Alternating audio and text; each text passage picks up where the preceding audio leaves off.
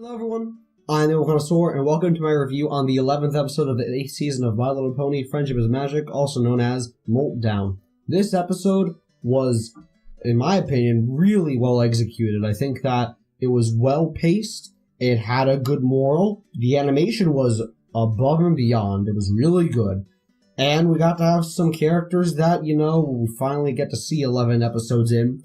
And it was just really nice. We also got an in-depth look at one of the characters and also dragon culture. So this episode is all about Spike finally growing up as a dragon physically by showing these itchy spots known as the Molt. And we get a return to the Phoenixes, in which Spike and Rarity are visiting the Phoenixes and visiting Pee-wee to help Rarity with a dress that she needs, and it involves gathering phoenix feathers. And we get a really nice, sweet moment with Spike and Pee-wee, and of course, it's sort of ruined by Spike, scratching and itching and, scaring Pee-wee away. We then cut to Twilight's castle, in which Spike thinks that he can just sleep it off, and of course, it gets worse, and now he has the Molt all over him. And Twilight is basically suggesting, along with Rarity, that maybe he should go to Zecora to get some cream, and Spike goes through a lot of chaos and confusion trying to hide it. Rarity is concerned, and Rarity seems to be having some ear problem and she can't really hear very well. Spike has these audio problems where he starts talking very quiet and then he's shouting at random intervals, and we see that he tries to hide himself in a closet. And Smolder, remember Smolder, the orange dragon of the new 6, comes into the closet and explains to Spike that Molt is a completely normal thing in comparison to what Spike went through with Rarity and, greed and turning huge, whereas that is a greed-based physical change. This is a normal, growing up kind of a change. And Smolder explains that dragons that live in the Dragonlands that have the Molt are kicked out of their family, of their home, because of their stench. And this odor, while being repulsive to many, attracts deadly predators because, of course, we need some threat in the episode for entertainment value. Nonetheless, Spike goes to Zecora, and finally, like I said, we get to see Zecora 11 episodes into the season, which is nice.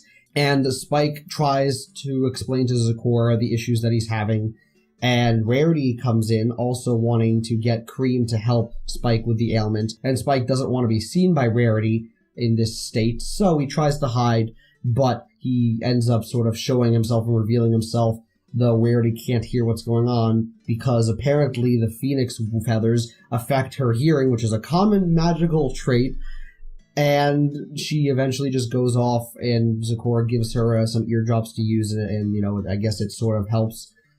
And Spike attracts a deadly rock, and it's a type of a big monstrous bird creature, and design-wise I'll say simple but nice. I like it, and it's very big and powerful, and we get a really interesting scene in which, of course, Spike, due to his scratching and his ailments and whatever with the Molt, he can't really help Zecora escape the rock, who ends up, oh my god, the rock. Can we call the bird Dwayne? Nonetheless, the bird captures Zecora. Rarity doubles back because she doesn't know what the instructions are for the eardrops, so she gets captured. And then Twilight comes into the mix. Apparently she was going to go to Zecora also to help Spike to get some cream for the ailment, and she helps to distract the bird. We get a nice little action scene. We get some nice fire effects with Spike, and the Molt eventually takes complete effect and causes Spike to basically turn to stone for a little moment before shattering free and becoming the new and improved Spike with wings.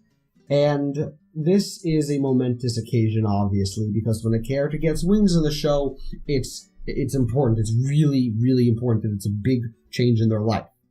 Now, a lot of people criticize Magical Mystery Cure for being too short of a finale. It should have been 2 parts to express Twilight's magical ability and to show why she deserves to have wings. In the case of Spike, I think it works because, yes, Spike is a main character, and he's not, the main character of the crew, but I think that for one episode, they paced it well. And I said in my reaction highlights that I think the reason why I can tell that is because the scene where Spike turns to stone, that happens for several seconds, and it's pretty much silence. And if they were really rushing, then it would be quicker, I think. It just felt like it was paced well. And I don't think that the transitions were too quick either. There weren't that many transitions. We had a large portion of the episode with Zecora that it made the episode feel more full, and it made the episode feel like it was smooth.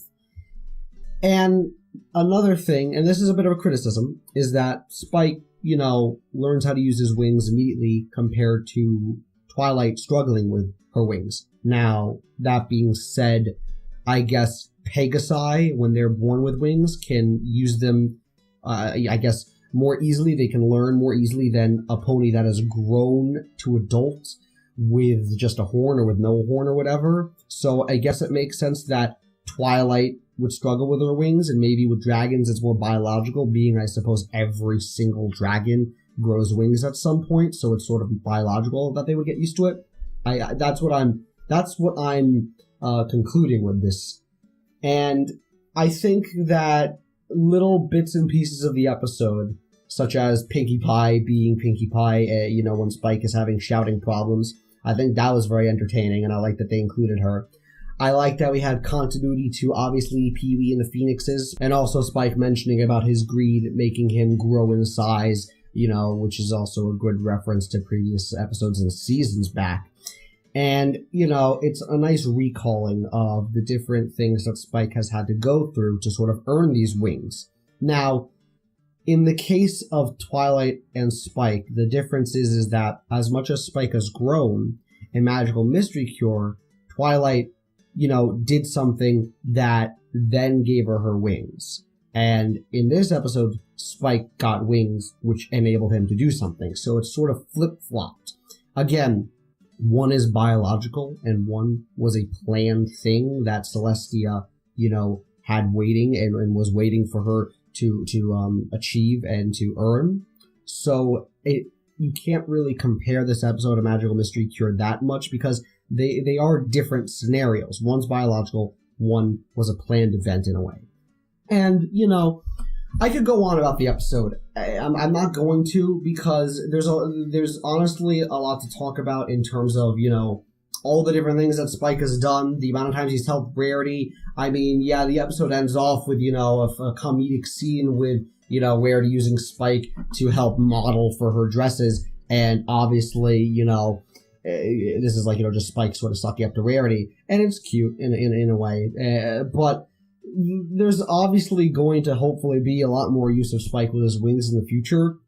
I would honestly like to see more of a Spike and Smolder episode, because they're dragons, and because Smolder knows a lot about dragon culture, and it's nice that they gave us some more lore. Now, again, it's sort of another criticism that the fandom really likes to hear about lore, and that's all we want to hear about, and as fun as it is to get episodes like this with lore explained and whatnot, we can't just have an episode that centers around Spike and Smolder explaining, oh, I'm going to teach you all about being a real dragon. And I thought that Smolder was going to be more malicious based on the synopsis, because it seemed like her explaining the Molt effect and being cast out was going to be like trying to scare Spike, and Spike was already sort of asked to leave the Twilight's castle because of the Molt and him ruining Twilight's notes for a lecture. So I thought that Smolder was just going to be more malicious, but I'm glad that she wasn't. That was good. And here I am talking more despite saying I wasn't. I'm just going to, I'm going to leave it up to you. Please share your thoughts below. I appreciate anything that you say, and I love to reply to you guys. I apologize if this review wasn't so good. I'm going to try to make it as good as I can. Also, please, this is important for those of you who have watched all the way up to here. Do you like this setup more than the other one? I have my phone on my windowsill, so I'm higher, and the microphone is all the way up now instead of being bent down. So I think the audio is going to sound better. I don't know if it's going to sound professional. There's still going to be a little bit of like a fuzz or whatever, but I want to know if this setup is better. The symmetry, was the wall a little awkward, I guess? That's how I felt. I'll leave you to it. So yeah, thank you for watching.